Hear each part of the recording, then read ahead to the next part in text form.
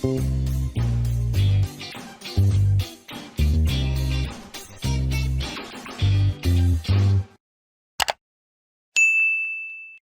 நான் தான் Shabdina. Welcome back to Shabdina's kitchen. எல்லாரும் எப்படி இருக்கீங்க? நல்லா இருக்கீங்களா? இன்றைக்கி மைசூர் ஸ்டைலில் பண்ணுற ஒரு சிக்கன் கறி எப்படி பண்ணுறது கேட்டு தெரிஞ்சுக்கணும். அதாவது கர்நாடகா ஸ்டைலில்.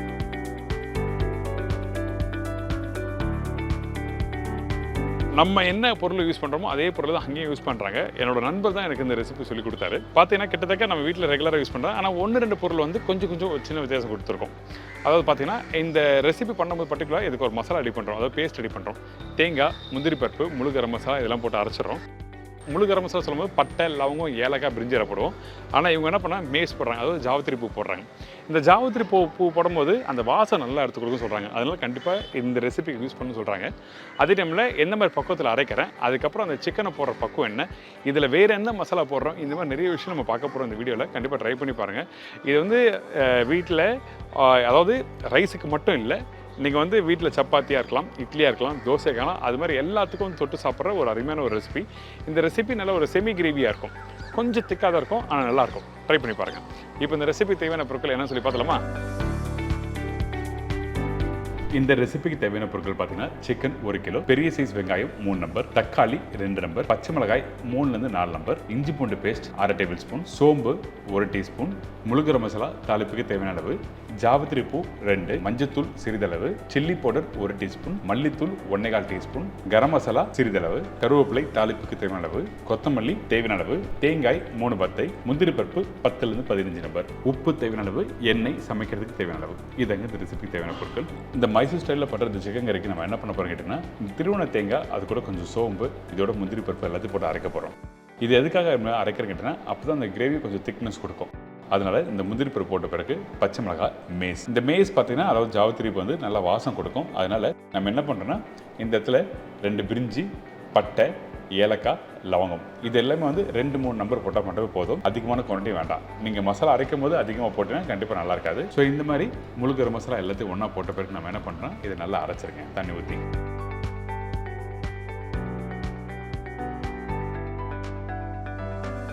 அரைக்கும் போது நல்லா ஃபைன் பேஸ்ட்டாக அரைச்சிக்கணும். குறைலாம் வேண்டாம். எந்த அளவுக்கு ஸ்மூத்தாக அரைக்கணுமோ அந்த அளவுக்கு கிரேவி நல்லா ஸ்மூத்தாக வரும் இந்த மாதிரி. இதுக்கப்புறம் நம்ம என்ன பண்ணால் இந்த மஞ்சட்டில் கொஞ்சமாக எண்ணெய் ஊற்றுறோம். இந்த எண்ணெய் சூடான பிறகு சோம்பு, முழு கரம் மசாலா தாளிப்பை போடுறோம். இங்கேயே வந்து சும்மா 2 போட்டால் போதும், அதிகமான குவான்டிட்டி வேண்டாம். அந்த முழு கரம் மசாலா இதுக்கு பிறகு இந்த வெங்காயத்தை போட்டு நல்லா வதக்க ஆரம்பிங்க. வெங்காயம் கொஞ்சம் கூட போட்டிருப்போம், அதாவது 3 வெங்காயம் போட்டிருப்போம்.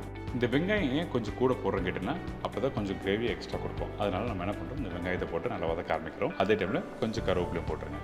இதெல்லாம் போட்டு நல்லா வதக்க கொஞ்சம் கலர் மாறும்.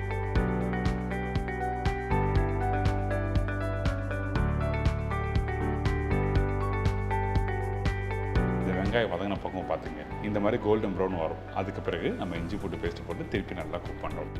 இந்த இஞ்சி பூண்டு பேஸ்ட்டு போட்டால் நல்லா வாசம் கொடுக்கும். நம்ம வீட்டில் எந்த ஒரு நான்வெஜ் வெஜ் ரெசிபி பண்ணாலும் இஞ்சி பூண்டு பேஸ்ட்டு போய் யூஸ் பண்ணுற இடத்துல நல்லா வதக்கிட்டு அடுத்த ஸ்டேஜ் போங்க. ஏன் கேட்டால் அப்போ தான் நல்லா வாசம் கொடுக்கறதுக்காக இந்த மாதிரி பண்ணணும்னு சொல்கிறேன்.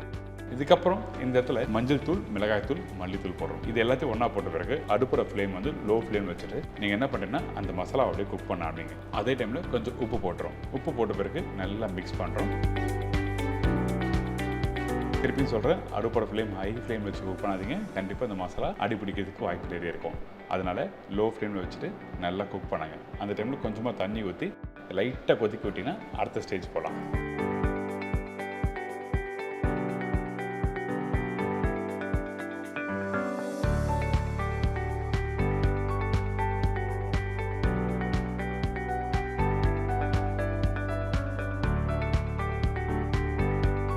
இந்த மாதிரி தண்ணி ஊற்றி நல்லா குக் பண்ணுற டைமில் நம்ம என்ன பண்ணுறோன்னா, அதுக்கப்புறம் கட் பண்ணி வச்சுக்க தக்காளியை போடுறோம்.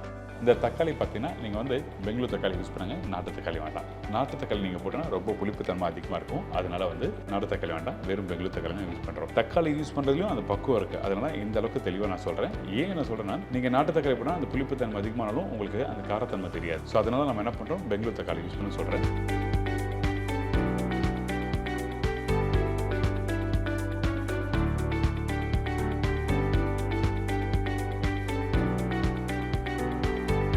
இதுக்கப்புறம் நம்ம அரைச்சி வச்சிருக்க அந்த மசாலா, அதாவது அந்த தேங்காய், முந்திரி, சோம்பு, முழுகிற மசாலா, இது எல்லாத்தையும் அரைச்சி பார்த்தீங்களா, அந்த மசாலா போட்டு திருப்பி இதில் குக் பண்ண ஆரம்பிக்கிறோம். அதாவது அந்த பேஸ்ட்டை போட்டு குக் பண்ண ஆரம்பிக்கிறோம்.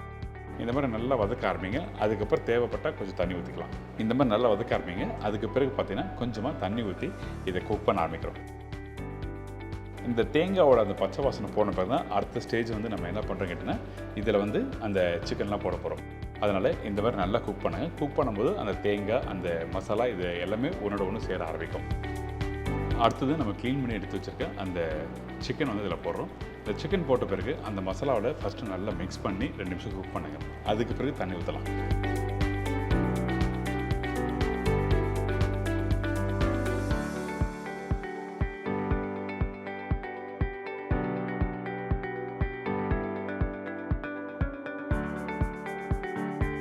தண்ணி எடுத்த உடனே ஊற்றினா நல்லா இருக்காது. அந்த சிக்கனோட அந்த மசாலா போட்டு 2 நிமிஷம் வதக்கின பிறகு தான் தண்ணி ஊற்றணும்.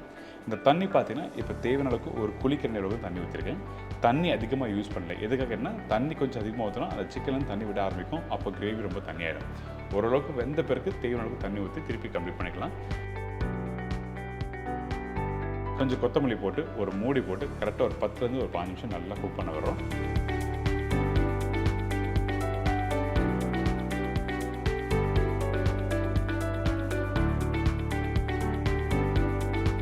குக் பண்ணி முடிச்ச பிறகு பார்த்தீங்கன்னா கிரேவி இந்த மாதிரி பக்குவத்தில் இருக்கும்.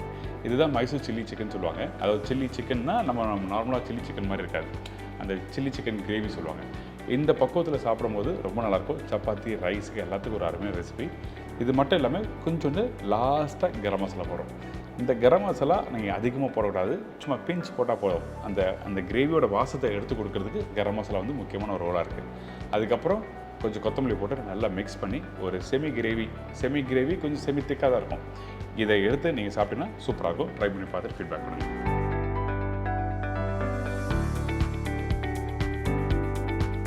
என்னங்க இந்த ரெசிபி தேவையான பொருட்கள்லாம் பார்த்துருப்பீங்க. ட்ரை பண்ணி பாருங்கள். நம்ம ரெகுலராக பண்ணுற மெத்தட் இல்லாமல் ஒரு சின்ன வித்தியாசம். அந்த வித்தியாசம் என்ன கேட்டிங்கன்னா, அந்த மசாலா அப்படியே அரைக்கிற பக்கம் அதில் மேஸ்லாம் போட்டு பண்ணும்போது அதோட ஃப்ளேவர் நல்லா ஒரு சின்ன சேஞ்சஸ் கொடுக்கும். ட்ரை பண்ணி பார்த்துட்டு ஃபீட்பேக் கொடுங்க. இதே மாதிரி நாளைக்கே இன்னொரு புது ரெசிபி செஞ்சுக்கிறேன். நன்றி, வணக்கம். See you, bye bye. Take care.